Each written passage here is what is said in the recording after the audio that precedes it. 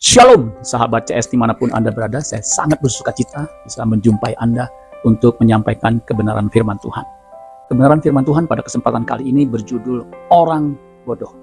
Mungkin saudara bertanya, siapa yang disebut sebagai orang bodoh? Dan siapa yang menyebut orang itu orang bodoh? Nah, ini kita akan bahas, saudara sekalian. Mengapa orang disebut orang bodoh? Saya percaya tidak ada seorang pun yang ingin dirinya disebut orang bodoh. Kita akan membahas tema ini, saudara.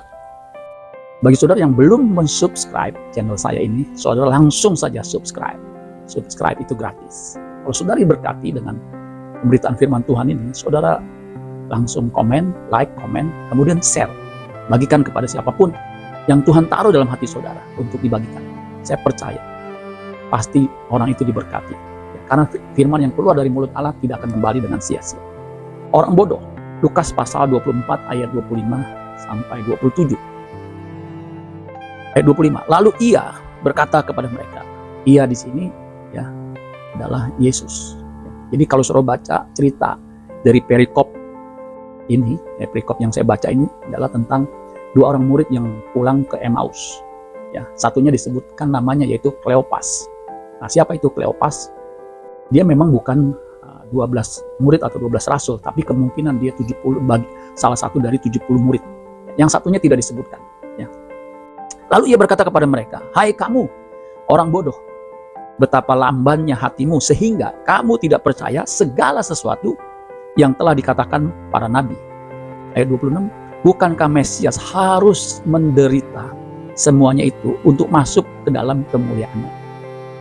Lalu ia, ayat 27, lalu ia menjelaskan kepada mereka apa yang tertulis tentang dia dalam seluruh kitab suci.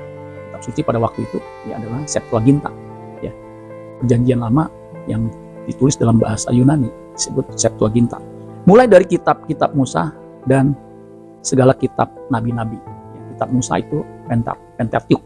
Pentateuch itu anak Taurat. Ya.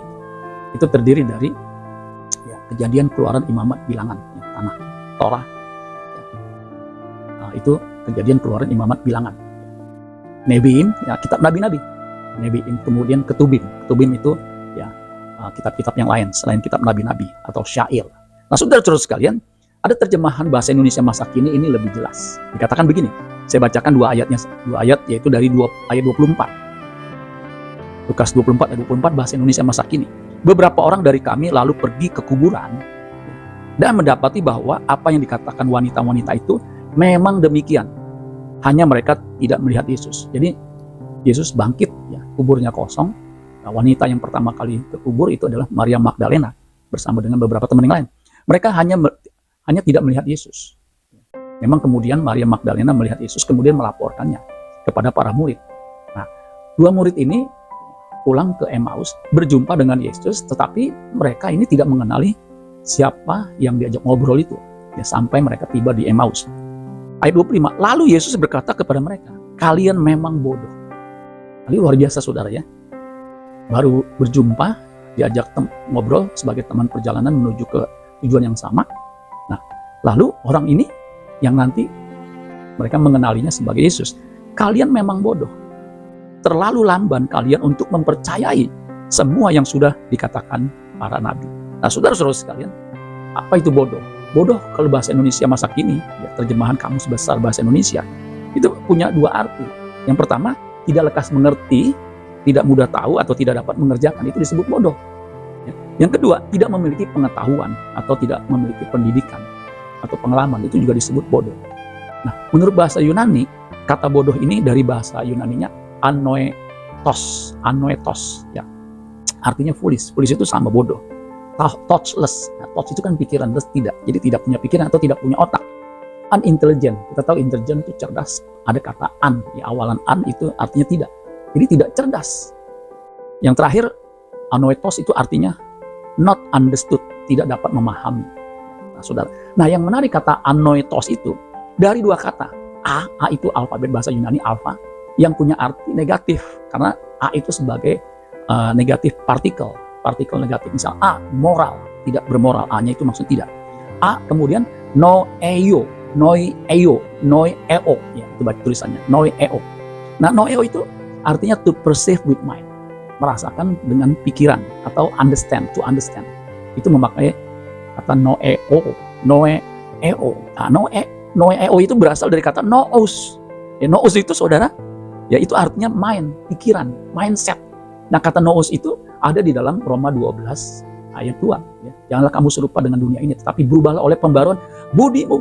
Nah, kata budi di sini memakai kata nous. Ya, kalau budi itu pikiran, kalau pikiran seseorang berubah, pasti gaya hidupnya juga berubah. Nah, saudara-saudara sekalian, kata anoetos itu memiliki pengertian yang lengkap jika kata itu dilanjutkan dengan kalimat selanjutnya. Nah, kalau kita baca tadi dikatakan ya kalimat selanjutnya, hai kamu orang bodoh, koma, kemudian dilanjutkan, betapa lambannya hatimu sehingga kamu tidak percaya segala sesuatu yang telah dikatakan para nabi. Jadi ketika kata bodoh dilanjutkan dengan kalimat selanjutnya, kata bodoh yang dimaksud di sini artinya mempunyai pengertian lamban hati untuk percaya. Jadi yang dimaksud Yesus dengan orang yang bodoh, dua murid ini, dia lamban, dia punya hati yang lamban untuk percaya. Nah, saudara sekalian, banyak orang yang pintar, yang pandai, tetapi pandir dalam Alkitab, ya, tidak percaya kepada Alkitab, apa yang dikatakan Alkitab. Seperti dua orang murid ini, ya, Kleopas dan temannya. Nantinya juga saudara, ya, seperti Thomas. Thomas itu tidak percaya ya, bahwa Yesus itu bangkit. Padahal 11 murid sudah melihatnya. Waktu menampakkan kepada 11 murid, Thomas tidak hadir. Dia tidak percaya. Kategori Thomas itu anoetos. Ya, tos itu orang yang bodoh. Sebenarnya saudara sekalian, para murid juga disebut anoetos, tidak percaya. Ya, padahal Yesus sudah memberitakan tentang kematiannya sampai 4 kali. Kalau sudah baca di Matius, ya, sampai 4 kali. Dan mereka tidak percaya. Itu dicatat di dalam Lukas 24 ayat 9 sampai 11. Mereka juga dikategorikan sebagai orang bodoh karena tidak percaya. Lamban untuk percaya. Markus 16 ayat 12 sampai 14. Mereka tidak percaya, bahkan mereka mengatakan ya, apa yang diceritakan Maria Magdalena itu omong kosong. Ya, karena pada waktu itu perempuan tidak percaya, tidak bisa dipercaya omongannya. Sehingga mereka berkata itu omong kosong, omon-omon, ya, omong kosong saudara sekalian. Padahal ya, faktanya, realitanya Kristus bangkit pada hari ketiga seperti yang dia katakan, bahkan seperti yang dinubuatkan oleh perjanjian lama. Ya, makanya Yesus berkata, kamu bodoh, ya, karena tidak mengerti, tidak percaya dengan kitab suci. Nah, saudara-saudara sekalian, kita pun bisa dikategorikan sebagai orang bodoh kalau tidak percaya bahwa Yesus itu bangkit. Yesus mati dan bangkit kemudian naik ke surga. Karena memang Mesias harus menderita, ya. Semuanya itu untuk masuk ke dalam kemuliaan, dan itu dicatat di kitab para nabi. Bahkan kitab Musa pun, ya, yang Kejadian, Keluaran, Imamat, Bilangan, itu menubuatkan Yesus. Ya. Kitab nabi seperti Nabi Yesaya itu bahkan menceritakan, ya, Yesaya 53 terutama, itu tentang kematian, penderitaan dan kematian Kristus. Dengan jelas Yesus mati di antara dua penjahat, bahkan dia dituduh sebagai penjahat. Ya, saudara, bahkan jubahnya pun diundi, itu ada, saudara. Jadi betapa lengkapnya nubuat atau apa yang ditulis mengenai Yesus. Jadi orang bodoh adalah orang yang lamban untuk percaya segala sesuatu yang ditulis oleh kitab Nabi. Itulah sebabnya kalau kita baca, Yesus menceritakan segala sesuatu itu dari kitab Musa, kitab para nabi dan sebagainya, bahwa Mesias harus menderita, kemudian ditinggikan. Nah, saudara-saudara sekalian, janganlah kita menjadi orang yang lamban, yang bodoh, yang lamban hati untuk percaya. Biar kita mudah percaya terhadap firman Tuhan, terhadap kebenaran. Yesus pernah berkata, aku berkata kepadamu, sesungguhnya barang siapa menuruti firman-Ku tidak akan mengalami maut untuk selama-lamanya.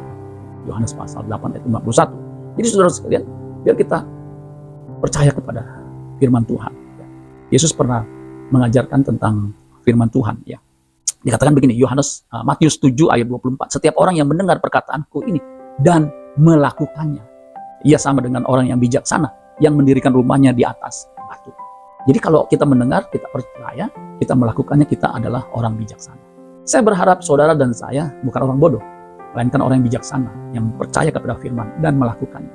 Sebab orang yang melakukan firman-Nya menurut Yesus, dia tidak akan mengalami maut untuk selama-lamanya. Di bagian lain, orang yang melakukan firman-Nya, orang yang melakukan kehendak Allah, dia akan hidup kekal selama-lamanya. Amin buat firman Tuhan. Tuhan Yesus memberkati. Sola Gracia.